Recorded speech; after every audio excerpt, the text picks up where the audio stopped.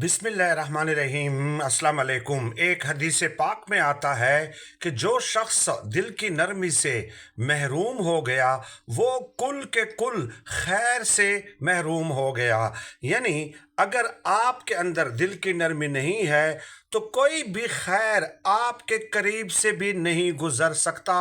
बेशक आप पढ़ते रहें नमाजें, बेशक आप तहज्जुद अदा करते रहें, लेकिन दिल की नरमी होना ज़रूरी है। अब उलमा, मुहद्दिसीन और मुफस्सिरीन दिल की नरमी से मुराद ये लेते हैं कि अगर आप किसी को दुख और तकलीफ में देखते हैं और आप अपनी इस्तेताअत के मुताबिक उसकी दुख और तकलीफ का मदावा कर सकते हैं, लेकिन उसके बावजूद भी आप नहीं करते, तो इसका मतलब ये होगा कि आप दिल की नरमी से महरूम हैं। यानी आपके अंदर हमदर्दी की सिफत होनी चाहिए। किसी को दुख में देखकर आपको तड़पना